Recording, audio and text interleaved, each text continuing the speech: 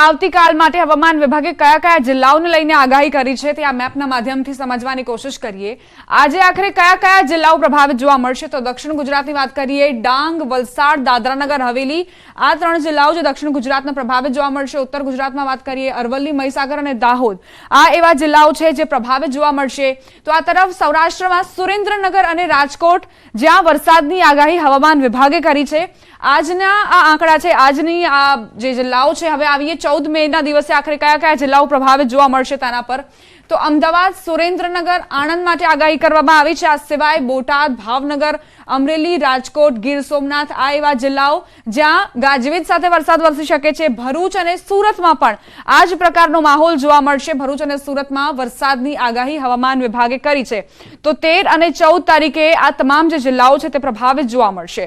હવે આગળ વધીએ, ગુજરાતના કાંઠા વિસ્તારના રહીશો સાવધાન થવાની જરૂર છે। 5 દિવસ સુધી હવામાન વિભાગે ચેતવણી આપી છે।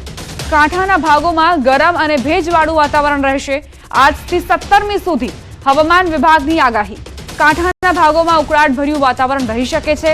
હવામાન વિભાગની આગાહી પ્રમાણે કચ્છ, મોરબી, જામનગર, દ્વારકા, પોરબંદર, જૂનાગઢ, ગીર સોમનાથ, અમરેલી અને ભાવનગરના કાંઠાના વિસ્તારો માટે આગાહી કરાઈ છે।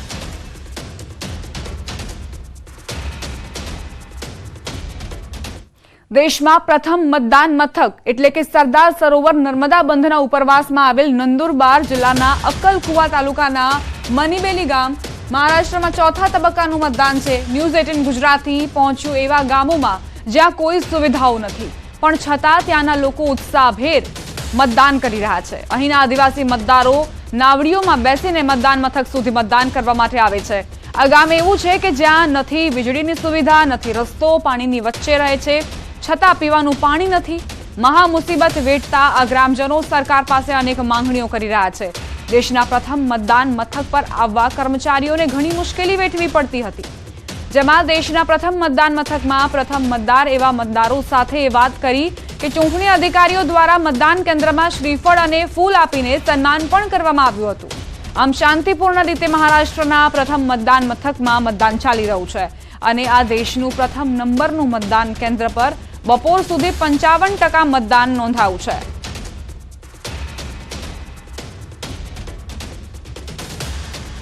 टोटल मतदान है 341 है और मतदान के लिए यहाँ सभी लोग आए वाले हैं और आ रहे हैं। यहाँ मणिबेली गांव के महाराष्ट्र फर्स्ट नंबर का गांव है। यहाँ फर्स्ट नंबर बूथ है। यहाँ से हम दूर दूर से मतदान करने के लिए आते हैं। पानी में नाव में से आना पड़ता है, इसलिए हम उत्साह से मतदान करते हैं। धूप के वजह से भी हम मतदान के लिए आए हैं। યાત્રાધામ દ્વારકામાં યાત્રામાં ગુજરાતી પ્રવાસીઓ અટવાયા છે। ભારે ભીડના કારણે આ યાત્રિકો અટવાયા। ઉત્તરાખંડના ગંગોત્રી અને યમુનોત્રીમાં યાત્રિકો અટવાયા છે। ગંગોત્રી જવાના માર્ગે ભારે ભીડ જામી છે। ગંગોત્રીથી ગંગનાની વચ્ચે યાત્રીઓ ફસાયા। પરોઢીએ 4 વાગ્યાથી યાત્રીઓ ફસાયા છે। અમદાવાદ, વડોદરાના યાત્રિકો અટવાયા। પરોઢીએ 4 વાગ્યાથી યાત્રીઓ અટવાયા હોવાની જાણકારી। 15 કિલોમીટર જેટલી લાઈનો લાગી છે। તંત્ર તરફથી કોઈ જ વ્યવસ્થા ન હોવાનું બહાર આવ્યું।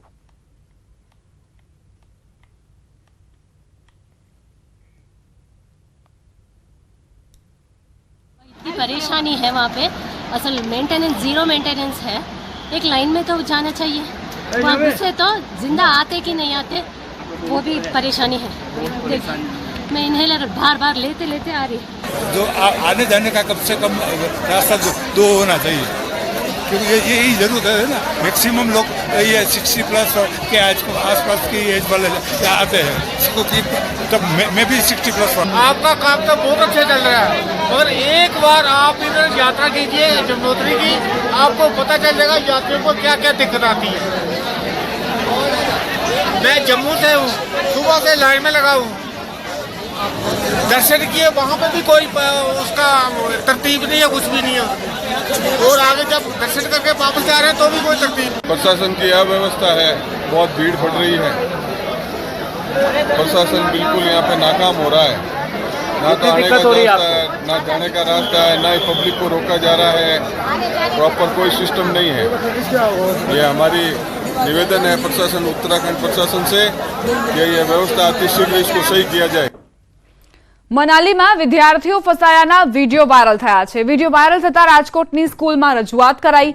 એનએસયુઆઈના વિદ્યાર્થીઓ સ્કૂલ પર રજૂઆત માટે પહોંચ્યા. ફસાયેલા વિદ્યાર્થીઓ મહાત્મા ગાંધી સ્કૂલના વિદ્યાર્થીઓ હોવાનો દાવો કરાયો. રજૂઆત અંગે સ્કૂલના પ્રિન્સિપાલનું નિવેદન. પ્રવાસ સ્કૂલ તરફથી આયોજિત નથી. યુનિવર્સલ ટૂર્સ એન્ડ ટ્રાવેલ્સે આયોજન કર્યું હતું. બસ ટ્રાફિકમાં ફસાઈ હતી. વિદ્યાર્થીઓને જોવી પડી હતી રાહ.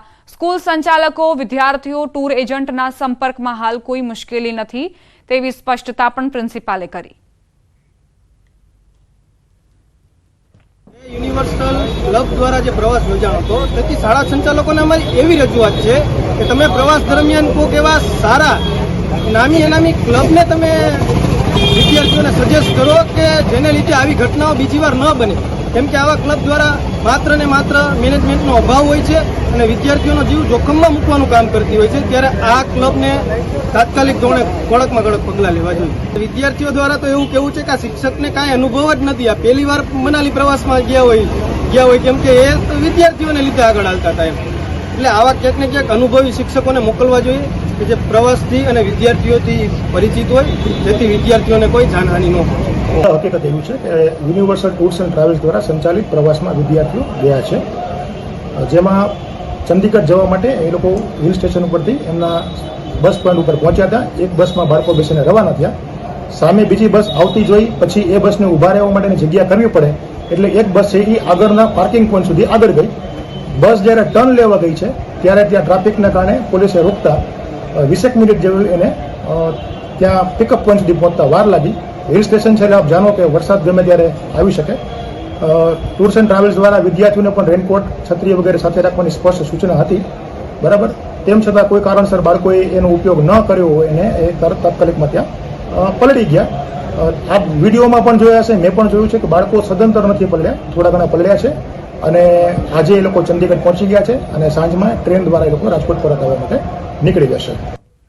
હવામાન વિભાગની આગાહીના પગલે ભાવનગર જિલ્લામાં વાતાવરણમાં પલટો આવ્યો. ભર ઉનાળે સિંહોર સહિતના પંથકોમાં વરસાદ વરસ્યો. ગ્રામ્ય વિસ્તારોમાં આકાશમાં ઘેઘુર વાદળો સાથે પવનની ડમરીઓ ઉડી. જોરદાર પવન સાથે કાજાવદર, જાંબાળા, ટાણા, સણોસરા સહિતના વિસ્તારોમાં વરસાદ ખાબક્યો છે.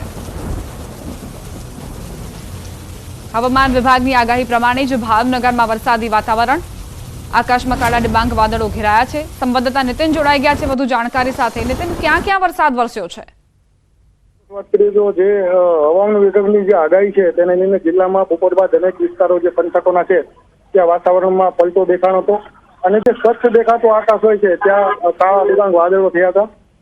વાત કરીએ ગ્રામ્ય વિસ્તારની તો સિહોરના જે પંથકના જે ગ્રામ્ય વિસ્તારોના જે ગામો છે કાજાવદર, જાણા, તામાળા, સણોસરા સહિતના જે આજુબાજુના જે ગામો છે ત્યાં ભારે પવનની ડમરી સાથે ગાજવીજ સાથે વરસાદ વરસી રહ્યો હતો અને ચોક્કસ કહી શકાય કે હજી પણ જે ગ્રામ્યના પંથકોના જે અમુક વિસ્તારો છે ત્યાં પણ હજી વાદળછાયું વાતાવરણ છે એટલે ચોક્કસ કહી શકાય કે સાંજ સુધીમાં પણ અનેક વિસ્તારોમાં મોટા વરસાદી ઝાપટા પડી શકે છે. જી નીતિન, સવાર દરમિયાન કેવા પ્રકારનું વાતાવરણ હતું? શું આ જ રીતે આકાશમાં કાળા ડિબાંગ વાદળો ઘેરાયા હતા? બપોર બાદ પલટો આવ્યો કે સવારથી જ આ જ પ્રકારનું વાતાવરણ છે? જી, વાત કરીએ તો જયારે હવામાન વિભાગની આગાહી હતી ત્યારે અર્લી મોર્નિંગ થી લઈ અને બપોર સુધીના સમયમાં કોઈ એવું વાતાવરણ છે કે ચોખ્ખું હતું ને એવું કઈ વાતાવરણ વરસાદી વાતાવરણ નહોતું બંધાયું. પરંતુ છેલ્લા 1 કલાકની અંદર આ સમગ્ર પંથકના જે વિસ્તારોમાં જે ગામો છે ત્યાં આવું વાતાવરણ છે જે વરસાદી વાતાવરણનું જે માહોલ છે તેવું વાતાવરણ ક્રિએટ થયું હતું આકાશમાંથી. આભાર નીતિન જાણકારી આપવા માટે. આગળ વધી અરવલ્લીથી સમાચાર. અરવલ્લી જિલ્લામાં વાવાઝોડા સાથે વરસાદ વરસ્યો છે. શામળાજી સહિતના ગ્રામ્ય પંથકો પ્રભાવિત જોવા મળ્યા છે. શામળાજીમાં ભારે પવનના કારણે બેનર ઉડ્યા. નાના લારી ગલ્લાના વેપારીઓમાં દોડધામ મચી ગઈ. મોડાસાના ઇસરોલમાં વરસાદી માહોલ છવાયેલો છે. વરસાદ વરસતા જ વાતાવરણમાં ઠંડકનો અહેસાસ લોકોને થયો. હવામાન ખાતાની આગાહી મુજબ વાતાવરણમાં અહીં પલટો આવ્યો છે. તો તેજ પવનના કારણે જે બેનર લગાવવામાં આવ્યા હતા તેને પણ નુકસાન પહોંચ્યું છે. સંવાદદાતા હાર્દિક જોડાઈ ગયા છે વધુ જાણકારી સાથે. હાર્દિક, એકાએક વરસાદ ત્રાટક્યો અને ત્યારબાદ બેનરને પણ નુકસાન પહોંચ્યું છે, નાના વેપારીઓને પણ નુકસાની ગઈ છે. શું અપડેટ્સ?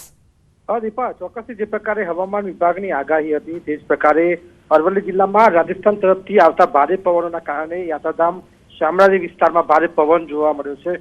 ખાસ કરીને જે નાના વેપારીઓ જે ગલ્લા ચલાવે છે, લારી ચલાવે છે, તેમાં દોડધામ જોવા મળી હતી. સાથે જ જે બેનર હોર્ડિંગ લગાવવામાં આવ્યા છે તે પણ ઉડી જવા પામ્યા હતા. એટલે કે ભારે પવન બાદ વરસાદની શરૂઆત થતા શામળાજી મંદિર તરફ જવાનો જે રસ્તો છે એ રસ્તામાં પણ પાણી ભરાયા છે. હાલ એટલે કહી શકાય કે ભારે પવન સાથે વરસાદની શરૂઆત થઈ છે. બીજી તરફ મોડાસા તાલુકામાં પણ જે ગ્રામીણ વિસ્તાર છે, ઈસરોલ, બલુંદ્રા, જીવણપુરા વિસ્તારમાં પણ વરસાદની શરૂઆત થઈ છે. પહેલા પવનની શરૂઆત થઈ. હાલ મોડાસા શહેરમાં પણ ભારે પવન જોવા મળી રહ્યો છે. આ સંજોગોમાં જે આગાહી કરવામાં આવી હતી કે વરસાદ પડશે, ત્યારે જે પ્રકારની ગરમી છેલ્લા 3 દિવસમાં પડી રહી છે તેમાં આંશિક રાહત હાલ તો જોવા મળી રહી છે દીપા. પરંતુ જે પ્રકારે શામળાજીમાંથી નુકસાનીના સમાચાર સામે આવશે તે ચોક્કસ છે. દીપા, આભાર હાર્દિક જાણકારી આપવા માટે. અંબાજી પંથકના વાતાવરણમાં પણ એકાએક પલટો જોવા મળ્યો છે. બપોર બાદ આકાશમાં કાળા ડિબાંગ વાદળો ઘેરાયા છે. હળવા વરસાદની શરૂઆત થઈ. ગરમીના કારણે ઉકળાટ બાદ વરસાદી માહોલના કારણે લોકોએ પણ હાશકારો અનુભવ્યો છે. વાતાવરણમાં આંશિક રાહત વર્તાઈ છે. આકાશમાં હજી પણ વાદળો ઘેરાયા છે. ભર ઉનાળે વરસાદી માહોલ જામ્યો છે. વરસાદની આગાહી વચ્ચે અંબાજી પ્રભાવિત.